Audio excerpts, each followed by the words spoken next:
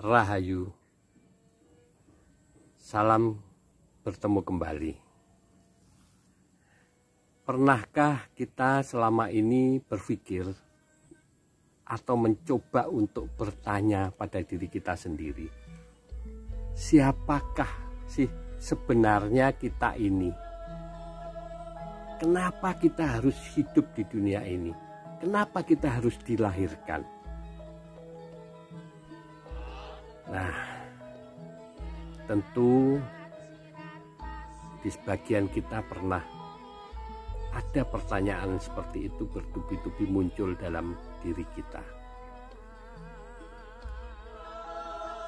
Kita tidak tahu atau susah menemukan jawabannya. Kenapa sih kita harus di dunia?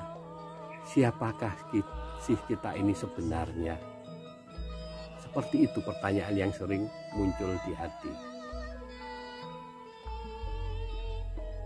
Nah, kalau mencoba untuk menelusuri perjalanan hidup kita, sebenarnya kita ini mendapatkan perutusan daripada Tuhan. Kita diutus di dunia fana ini untuk merasakan, mencicipi, dan mencari bekal untuk kehidupan abadi kelak. Kehidupan di dunia yang sesungguhnya nantinya, di mana di sana yang ada hanyalah jiwa tanpa wadah. Nah, kita sekarang ini punya wadah, punya tubuh, karena hidup di duniawi yang memang wadah itu dibutuhkan. Sementara nanti kalau sudah kita kembali kepadanya, kita tidak butuh lagi badan ini. Karena kita sehakikat dengan Dia, jadi hanya berwujud jiwa saja. Nah, karena pertanyaan itu, kenapa kita lahir di dunia, seringkali membuat kita merasa di dunia ini kayak sendirian, kayak tidak ada tujuan, dan kita lupa bahwa kita sebenarnya diutus. Kita merasa sendiri. Bagi beberapa orang yang sudah menyadari, mereka menyatakan bahwa ya sebenarnya kita dengan Tuhan itu hubungannya seperti cedak tanpa senggolan, adoh tanpa wangenan. Jadi dekat tapi tidak pernah bersentuhan, jauh tapi tidak berjarak.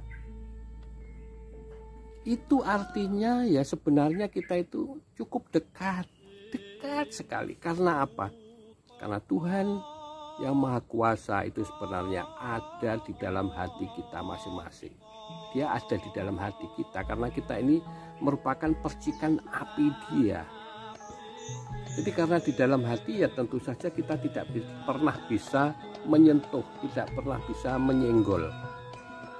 Ya, karena di dalam hati kita, bagaimana kita mau menyentuhnya? Sementara Dia juga sebenarnya jauh tapi tidak berjarak, begitu dekatnya.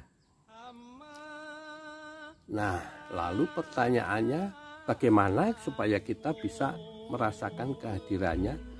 Supaya kita bisa merasakan bahwa sebenarnya kita setiap hari, bahkan setiap detik ini selalu dituntun, selalu dipelihara oleh Dia, selalu diarahkan. Nah, kalau kita dengan ego kita, memang kita tidak akan pernah merasa demikian. Kita merasa hidup di dunia ini bukan karena Dia, ya karena kita sendiri. Itu kata kita ego. Nah, untuk mencapai tataran kesadaran yang tadi, maka kalau leluhur kita dulu mengajarkan suwungkan dirimu. Ada ajaran yang demikian. Suwung itu kosongkan. Tapi bukan kosong lalu sekedar kosong. Nanti kalau sekedar kosong ya orang bisa masuk, orang lain. Nah, orang lain itu kalau di dalam jiwa bisa jiwa-jiwa atau yang nggak benar yang masuk ke kita, roh-roh yang nggak benar yang masuk ke diri kita. karena kosong. Nah, kalau suwung berbeda lagi. Suwung itu kosong tapi tetap kita mengarahkan diri kepada Tuhan yang mengkuasa. Artinya suwung adalah kita mengosongkan pikiran kita, melepaskan keterikatan kita dengan hal-hal yang duniawi. Jadi pikiran ini dilepaskan supaya kita tidak berpikir hal-hal yang nampak di depan mata saat kita hidup saat ini. Hal-hal yang bersifat duniawi. Itu kita lepaskan. Kita suwung. Pikiran dan hati kita suwungkan. Suwung supaya Ilahi hadir, Tuhan hadir dengan kehadirannya, dengan suaranya, dengan tuntunannya, dan kita bisa merasakan itu. Dengan suwung pula kita bisa merasakan satu ajaran luhur yang menyatakan manunggaling kawula Gusti. Bersatunya kawula dengan Gusti, bersatunya kita manusia ini dengan Tuhan kita. Kita bisa merasa bersatu, bisa merasa, oh Tuhan ternyata ada di dalam diriku. Tuhan ternyata selalu membimbing perjalanan hidupku.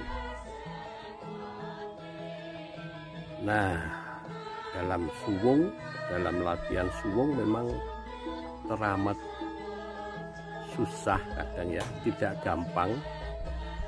gampang untuk suwung itu.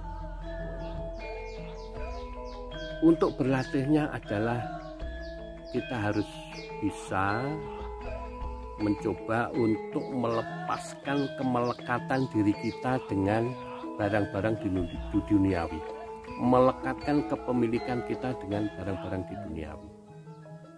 Lepaskan kemelekatan itu, karena ingat, ketika kita lahir, kita tidak membawa apa-apa. Kita lahir dengan telanjang, bahkan dengan telanjang, tidak membawa apa-apa lahir. Dan perlu diingat juga besok ketika kita kembali kepada Tuhan, kepada Zat yang Maha Mulia, kita juga tidak membawa apa-apa selain membawa jiwa dan amal-amal kebaikan yang telah kita lakukan di dunia ini. Jadi latihlah dirimu untuk suwung, untuk merasakan kehadiran Tuhan di dalam hatimu. Dia tidak pernah jauh, tapi selalu dekat. Demikian hakikat perjalanan hidup, dan untuk merasakannya kita harus melepaskan ego, merasakan suwung, supaya kita bisa merasakan di dalam hati itulah, di dalam hati kitalah sebenarnya Tuhan bersemayam.